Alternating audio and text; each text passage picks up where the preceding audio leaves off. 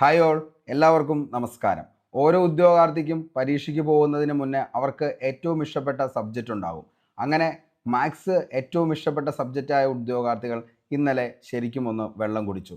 കാരണം എന്താണെന്ന് ചോദിച്ചു കഴിഞ്ഞാൽ ചോദ്യങ്ങൾ പലതും കാണുമ്പോൾ വളരെയധികം എളുപ്പമായിരുന്നു. പക്ഷേ അത് ആൻസർ ചെയ്യുമ്പോൾ എല്ലാം വീണ്ടും വീണ്ടും കൺഫ്യൂഷനിലേക്കും അതേപോലെ തന്നെ ഞാൻ ചെയ്ത ഉത്തരങ്ങൾ ഇത് തന്നെയാണോ എന്നുള്ളൊരു ഡൗട്ട് കൊണ്ട് വീണ്ടും അതിൽ സമയം കളഞ്ഞ ഉദ്യോഗാർത്ഥികൾ ഒത്തിരി പേരാണ് ഇന്നലത്തെ എക്സാമിൽ.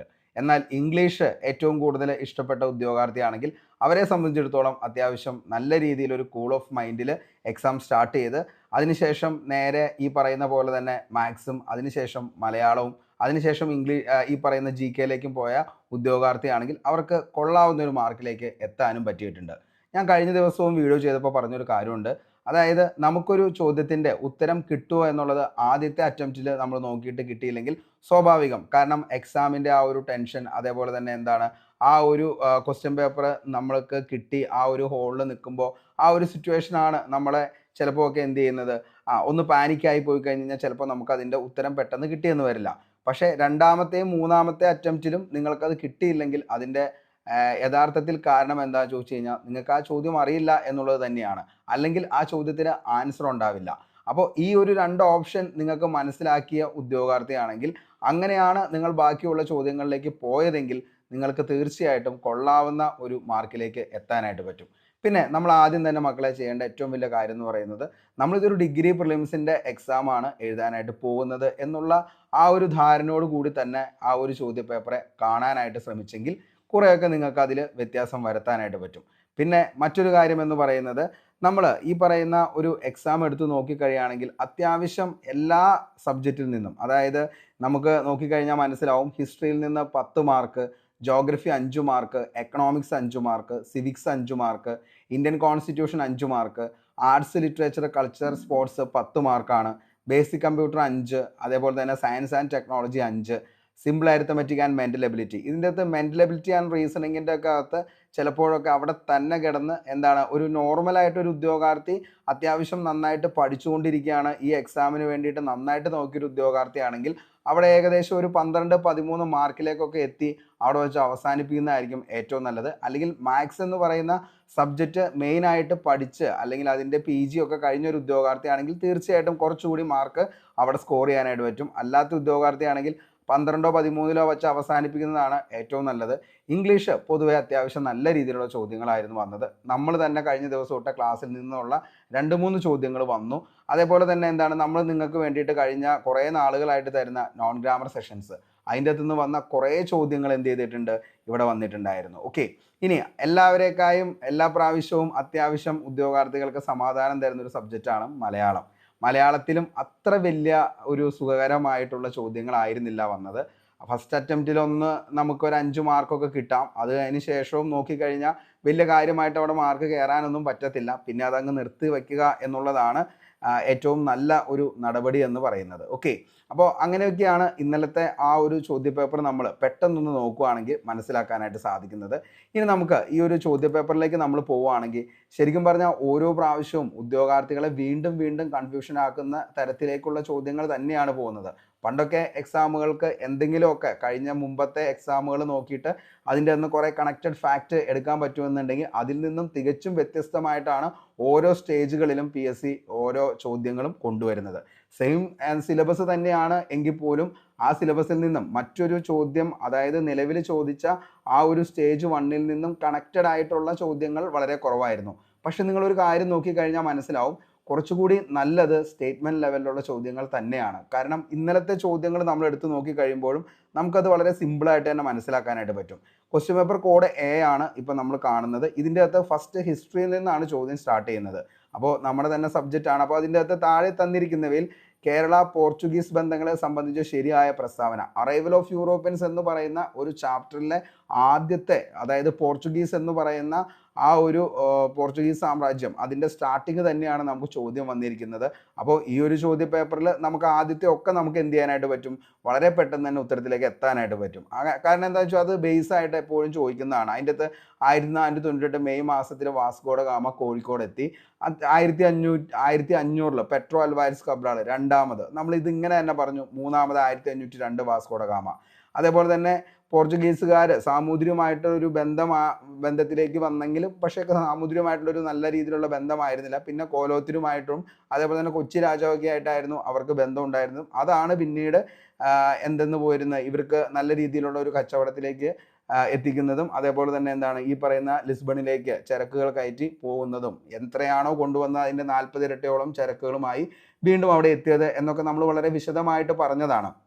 അപ്പോൾ ഈ ഒരു പ്രസ്താവനയിൽ നമുക്ക് 3 ശരിയായിട്ടുണ്ടെങ്കിൽ പിന്നെ വരുന്നത് അവസാനത്തെയും നമുക്ക് ശരിയാക്കാൻ വളരെ സിമ്പിളാണ്. എല്ലാ പ്രസ്താവനയും ശരിയാണ്.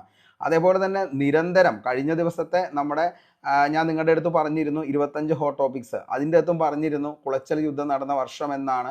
അതേപോലെ തന്നെ കുളച്ചൽ യുദ്ധത്തിൽ ആരെയാണ് മാർത്താണ്ഡവർമ്മ പരാജയപ്പെടുത്തിയതെന്ന് ചോദിച്ചു കഴിഞ്ഞാൽ ഡച്ചുകാരെയാണ്. ഓക്കെ, അതേപോലെ അടുത്തൊരു ചോദ്യം നോക്കിക്കഴിഞ്ഞാൽ അവിടെയും നമുക്ക് ആൻസർ അവിടെ കിട്ടും. കാരണം എന്താണെന്ന് ചോദിച്ചു കഴിഞ്ഞാൽ ഹോർത്തൂസ് മലബാർ റിക്കസ്, ആ ഒരൊറ്റ സംഭവം കിട്ടിക്കഴിഞ്ഞാൽ തന്നെ നമുക്ക് 2 ഓപ്ഷനിൽ മാത്രമായിട്ട് നിൽക്കാനായിട്ട് പറ്റും. ഓക്കെ, അതിനുശേഷം പിന്നെ നമ്മൾ ഒരെണ്ണം കൂടി നോക്കിയാൽ മതി. അതായത് തുഫത്തുൽ മുജാഹിദീൻ എന്ന് പറയുന്നത് ആരുടെയാണ്?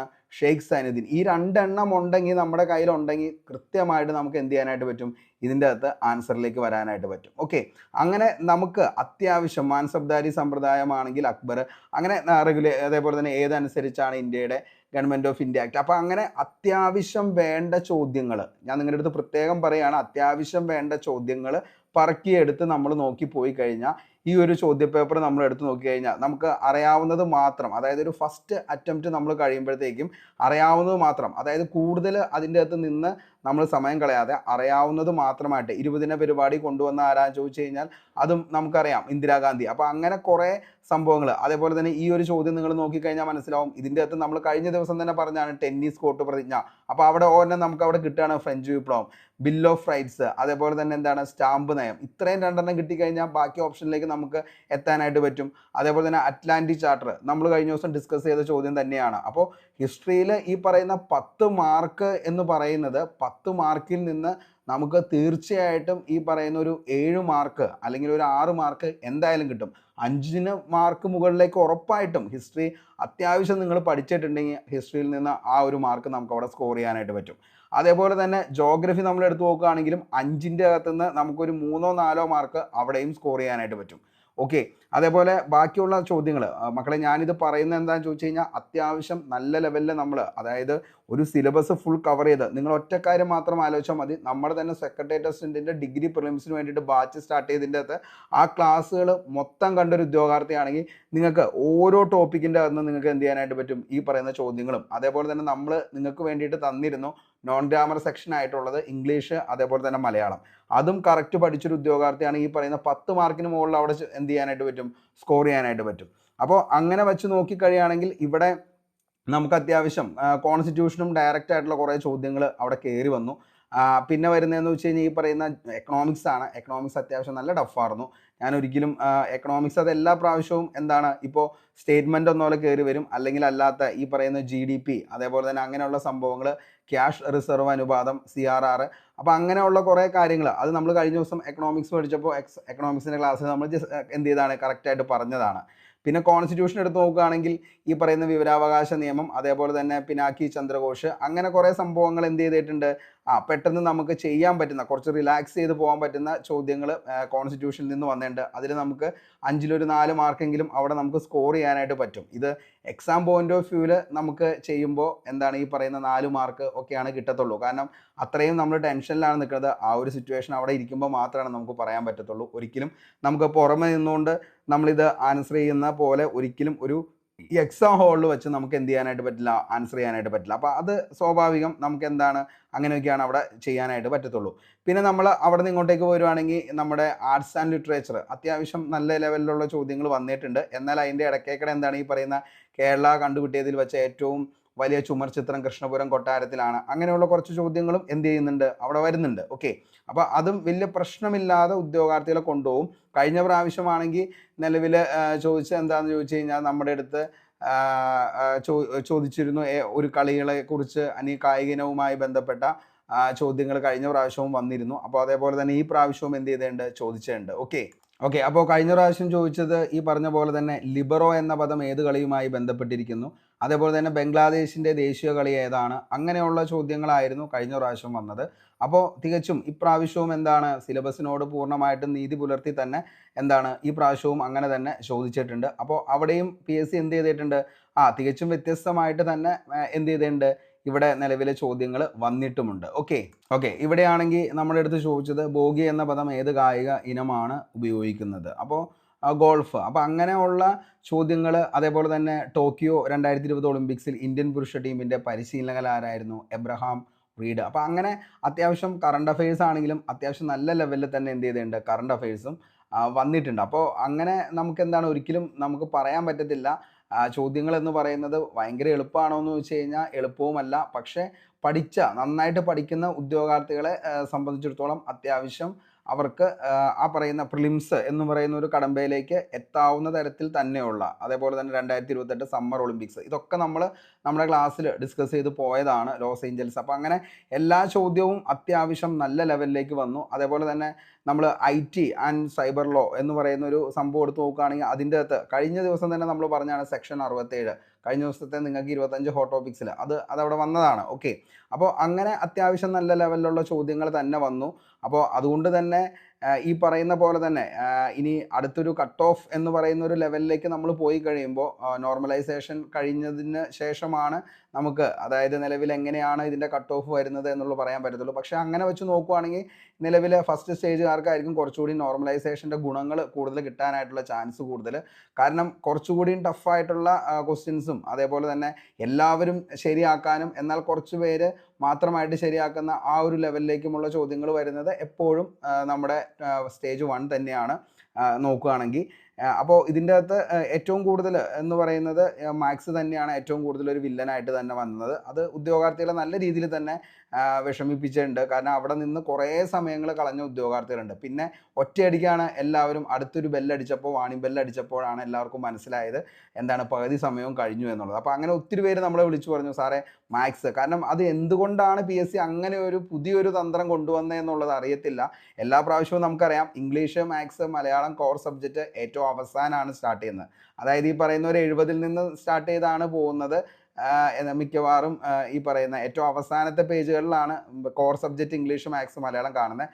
പക്ഷേ ഇന്നലെ കണ്ട ക്വസ്റ്റ്യൻ പേപ്പർ കോഡ് ബിയിൽ എനിക്ക് കാണാൻ സാധിച്ചത് ഏകദേശം എന്താണ് ഈ പറയുന്ന കുറച്ച് GK കഴിഞ്ഞതിന് ശേഷം നേരെ വന്നത് നമ്മുടെ ക്വസ്റ്റ്യൻ പേപ്പറിലേക്കാണ്, അതായത് മാത്സിൻ്റെ. അപ്പോൾ മാത്സിൽ പിന്നെ എന്ത് ചെയ്തിട്ടുണ്ട്, അത്യാവശ്യം നല്ല രീതിയിൽ അവിടെ കിടന്ന് സമയം കളഞ്ഞിട്ടുണ്ട്. അങ്ങനെ ഉദ്യോഗാർത്ഥി അവിടെ സമയം കളഞ്ഞിട്ടുണ്ടെങ്കിൽ അവർക്ക് ബാക്കിയുള്ള ചോദ്യങ്ങളിലേക്ക് എന്താണ് പിന്നീട് അത്യാവശ്യം നല്ല സമയം അവിടെ കിട്ടാത്ത ഒരവസ്ഥയിലേക്ക് പോവുകയും പിന്നെ മൊത്തത്തിൽ പാനിക്കായി വേറെ ലെവലിലേക്ക് എന്ത് ചെയ്തു, എന്തായാലും കയ്യിൽ നിന്ന് പോയി എന്ന ലെവലിൽ പിന്നെ എന്ത് ചെയ്തിട്ടുണ്ട്, ചോദ്യപേപ്പറുകളിൽ എന്താണ് ഉത്തരങ്ങൾ ബബിൾ ചെയ്യാനായിട്ട് പറ്റിയിട്ടുണ്ട്. അതേപോലെ തന്നെ മറ്റൊരു കാര്യം എന്ന് വെച്ച് കഴിഞ്ഞാൽ ഇന്നലത്തെ മറ്റൊരു പ്രശ്നം വന്നത് എന്താണെന്ന് ചോദിച്ചു കഴിഞ്ഞാൽ അത് ആർക്കൊക്കെ വന്നു എന്നുള്ളത് എനിക്കറിയില്ല. കുറച്ച് പേര് പറഞ്ഞതാണ് ഈ പറയുന്ന ഇംഗ്ലീഷ്, മാത്സ്, മലയാളം ഏറ്റവും അവസാനം വന്നു എന്ന് വിചാരിച്ച് തന്നെ എന്താണ് കുറച്ച് പേർക്ക് നിലവിൽ നമ്പർ വരെ ഇട്ടത്, അതായത് ക്വസ്റ്റ്യൻ പേപ്പറിൻ്റെ വരെയും എന്ത് ചെയ്തിട്ടുണ്ട്, നമ്പർ വരെ മാറിപ്പോയിട്ട് അങ്ങനെ കുറേ പ്രശ്നങ്ങൾ വന്നിട്ടുണ്ട്. അപ്പോൾ അങ്ങനെ കുറേ കാര്യങ്ങളായിരുന്നു ഇന്നലത്തെക്കുറിച്ച്. അതേപോലെ തന്നെ നമ്മുടെ എക്സാം സെൻറ്ററുകളിലൊന്നും നിലവിൽ ഇപ്പോഴും ക്ലോക്കൊന്നും വരാത്തൊരവസ്ഥ. PSC എല്ലാ കാര്യങ്ങളും എന്താണ് PSC പറയുന്ന പോലെ തന്നെ പാവപ്പെട്ട ഉദ്യോഗാർത്ഥികൾ കേൾക്കുന്നു. എന്നാൽ ഉദ്യോഗാർത്ഥികൾ പറയുന്ന ഒരു കാര്യം പോലും PSC കേൾക്കാൻ ഇപ്പോഴും തയ്യാറാകുന്നില്ല. കാലാകാലങ്ങളായിട്ട് PSCയുടെ അടുത്ത് പറഞ്ഞുകൊണ്ടിരിക്കുന്നതാണ് ഉദ്യോഗാർത്ഥികൾ. അതായത് എല്ലാ എക്സാം സെൻറ്ററുകളിലും ചെല്ലുമ്പോൾ അവിടെ ഒരു അത്യാവശ്യം അവർക്കൊരു ക്ലോക്ക് അവിടെ വയ്ക്കുകയാണെങ്കിൽ വളരെയധികം ഉപകാരമായിരുന്നു. കാരണം നമ്മൾ ഒരു എക്സാം സെൻറ്ററിലേക്ക് പോയി കഴിയുമ്പോൾ അവരുടെ വാച്ച് ഊരുന്നു, അതേപോലെ തന്നെ ഈ പറയുന്ന ട്രാൻസ്പെറൻ്റ് ആയിട്ട് കുപ്പി മാത്രമാണ് ഉപയോഗിക്കാൻ പറ്റത്തുള്ളൂ. അതേപോലെ ഒരു കീ ചെയിൻ പോലും എന്താണ് നമ്മുടെ ഇതിൻ്റെ അകത്തേക്ക് വരത്തില്ല. അപ്പോൾ അങ്ങനെ എല്ലാം സ്ട്രിക്റ്റ് ആണ്, അതിലൊന്നും ഉദ്യോഗാർത്ഥികൾക്ക് പരാതിയില്ല.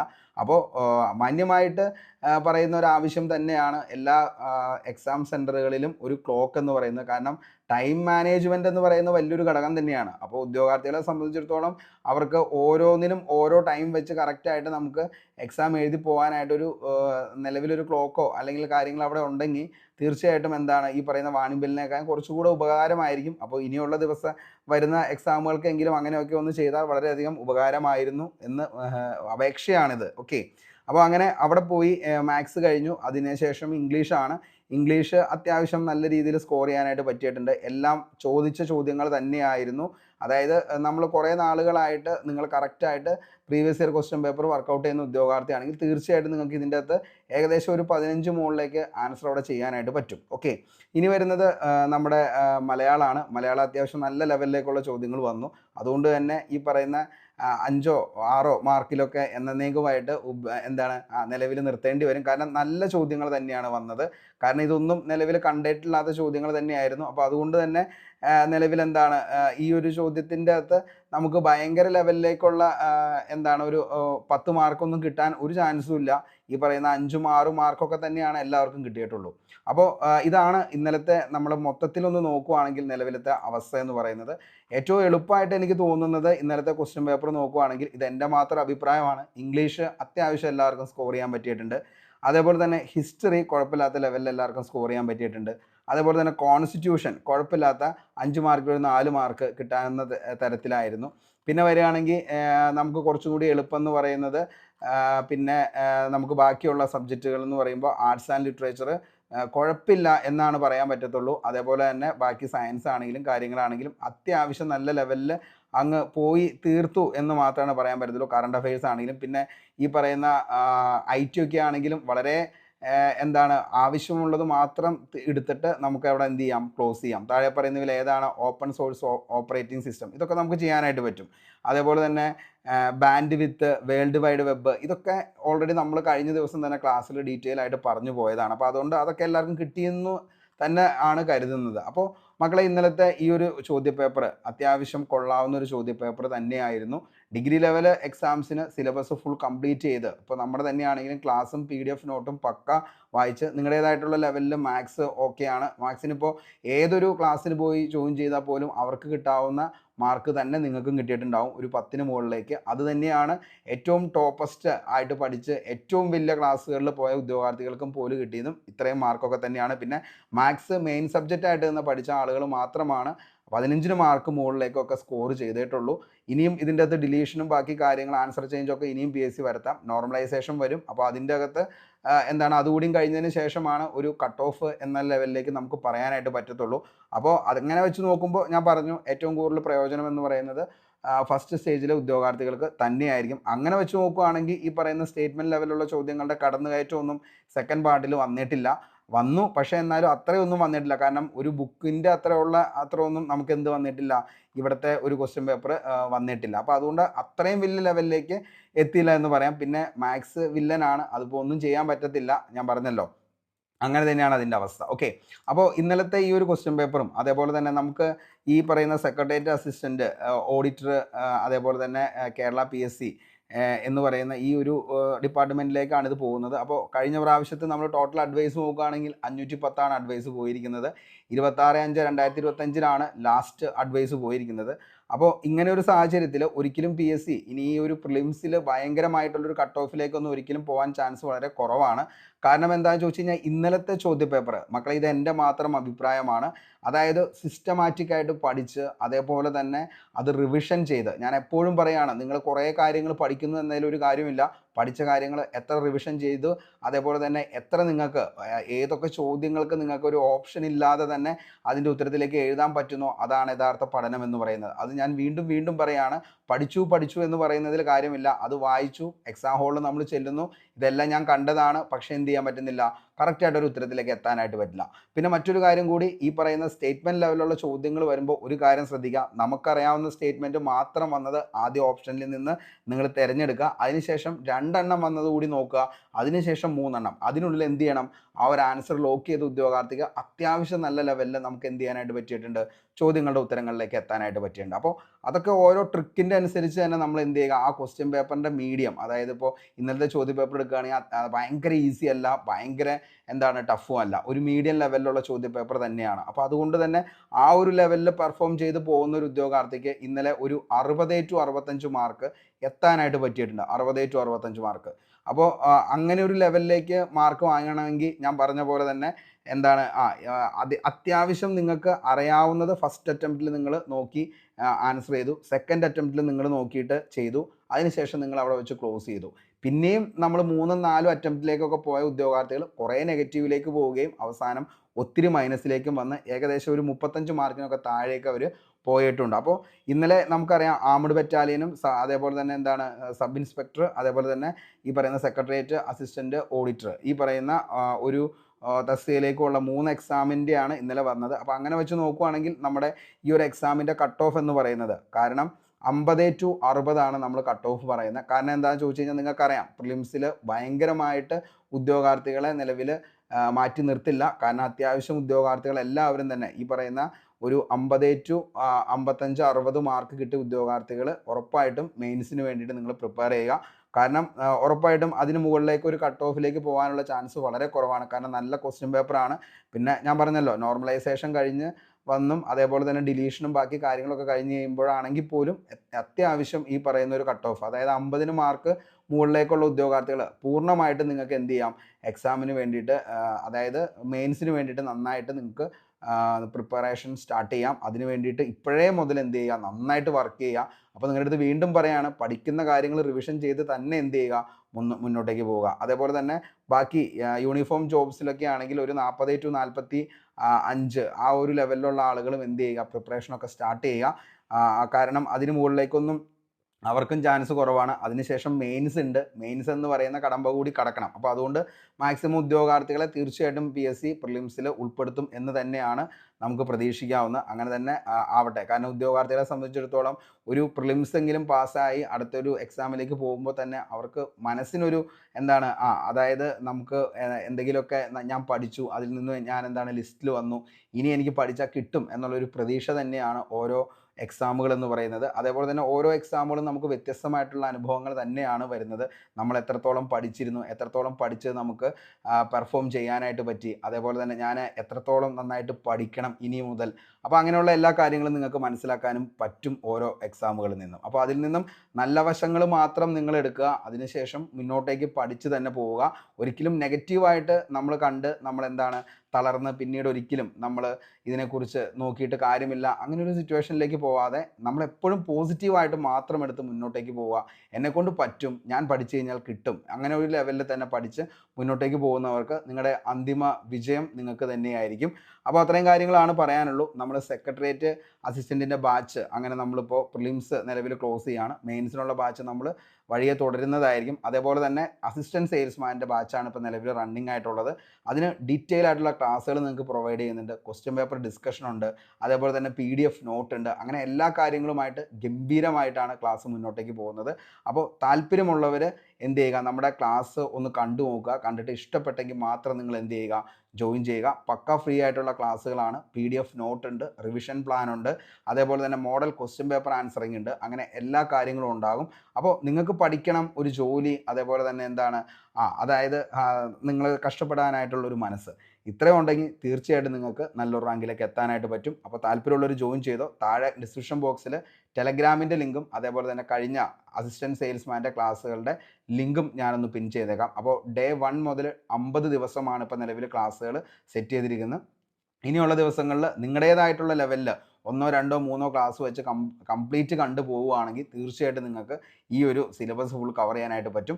അപ്പോൾ ഇത്രയും കാര്യങ്ങളൊക്കെയാണ് പറയാനുള്ളൂ. എനിക്ക് നിങ്ങളുടെ അടുത്ത് പറയാനുള്ള കട്ട് ഓഫ് എന്ന് പറയുന്നത് ആ പറയുന്ന നമ്മൾ പറഞ്ഞ കാര്യം പോലെ തന്നെ 50-60, 55, അതായത് 50-ന് മുകളിൽ മാർക്കുള്ള ഉദ്യോഗാർത്ഥികളൊക്കെ മെയിൻസിന് വേണ്ടിയിട്ട് പ്രിപ്പയർ ചെയ്യാനായിട്ടും ശ്രമിക്കുക. അപ്പോൾ ഇത്രയും കാര്യങ്ങളൊക്കെ ഉള്ളൂ. വീഡിയോ ഇഷ്ടപ്പെട്ടെങ്കിൽ ഉറപ്പായിട്ടും ലൈക്ക് ചെയ്യുക. അതേപോലെ തന്നെ നിങ്ങളുടെ വിലയേറിയ അഭിപ്രായം താഴെ കമൻറ്റ് ബോക്സിൽ രേഖപ്പെടുത്തണം. കൂടാതെ നിങ്ങൾക്ക് കിട്ടിയ മാർക്ക് ഡിഗ്രി പ്രിലിംസ് സ്റ്റേജ് 2-ന് എത്രയാണെന്നുള്ളത് കൂടി ഒന്ന് താഴെ കമൻറ്റ് ചെയ്യുക. ഒരു കാര്യം കൂടി, 95, അതേപോലെ തന്നെ 85, 65, 75 അങ്ങനെയുള്ള ഉദ്യോഗാർത്ഥികളൊക്കെ നിലവിൽ ലിസ്റ്റിൽ വന്നിരിക്കും. മെയിൻസിന് വേണ്ടി ഇനി പ്രിപ്പറേഷൻ സ്റ്റാർട്ട് ചെയ്തോ. ഇനി പ്രത്യേകിച്ച് നിങ്ങൾ കമൻറ്റിൽ അത് ചെയ്യേണ്ട കാര്യമില്ല. കാരണം ഒത്തിരി പ്രാവശ്യം നമ്മൾ പറഞ്ഞേക്കുന്നതാണ് ഈ പറയുന്ന 50-ന് മുകളിലേക്കുള്ള മാർക്കുള്ളവർ എന്ത് ചെയ്യുക, മെയിൻസിന് വേണ്ടി പ്രിപ്പയർ ചെയ്യുക. അപ്പോൾ പ്രത്യേകിച്ച് പിന്നെ നിങ്ങൾ ചോദിക്കേണ്ട കാര്യമില്ല, 65 സാറേ ഉണ്ട്, ഞാൻ മെയിൻസിന് നോക്കണോ, 85 ഉണ്ട്, ചില ഉദ്യോഗാർത്ഥികളൊക്കെ 95 ഉണ്ട് സാറേ, ഇനി എന്താണ് ചെയ്യേണ്ടതെന്നൊക്കെ പറഞ്ഞുകൊണ്ട് അതേപോലെ തന്നെ വിഷമിക്കുന്ന ഇമോജിയൊക്കെ ഇടുന്നുണ്ട്. അത് എന്തിനു വേണ്ടിയിട്ടാണ്, മറ്റുള്ളവരെ മാനസികമായിട്ട് ദ്രോഹിക്കുന്നതിന് വേണ്ടിയിട്ടായിരിക്കും അങ്ങനെയൊക്കെ ചെയ്യുന്നത്. പക്ഷെ അതൊന്നും ഒരിക്കലും എന്താണ് അതൊന്നും ശാശ്വതമല്ല. ജസ്റ്റ് നമുക്ക് എന്താണ് അങ്ങനെ കിട്ടുന്ന ഉദ്യോഗാർത്ഥികളായിരിക്കില്ല അങ്ങനെ കമൻ്റ് ഇടുന്നത് എന്നുള്ളതറിയാം. അങ്ങനെയുള്ളവരാരും എന്ത് ചെയ്യത്തില്ല, അങ്ങനെയുള്ള കമൻറ്റും എടുത്തില്ല എന്നറിയാം. അപ്പോൾ കഷ്ടപ്പെട്ട് പഠിക്കുന്നവർ എന്ത് ചെയ്യുക, നന്നായിട്ട് തന്നെ പഠിക്കുക. ഇങ്ങനെയുള്ള കാര്യങ്ങളിലൊന്നും കണ്ട് തളരരുത്, മുന്നോട്ടേക്ക് പോവുക. കട്ട സപ്പോർട്ടുമായിട്ട് ഞാനും ഉണ്ടാകും. അപ്പോൾ നമുക്ക് പുതിയൊരു വീഡിയോയുമായി വീണ്ടും കണ്ടുമുട്ടാം. അതുവരത്തേക്കും short break, signing off, Arun Kombanadan. Thank U.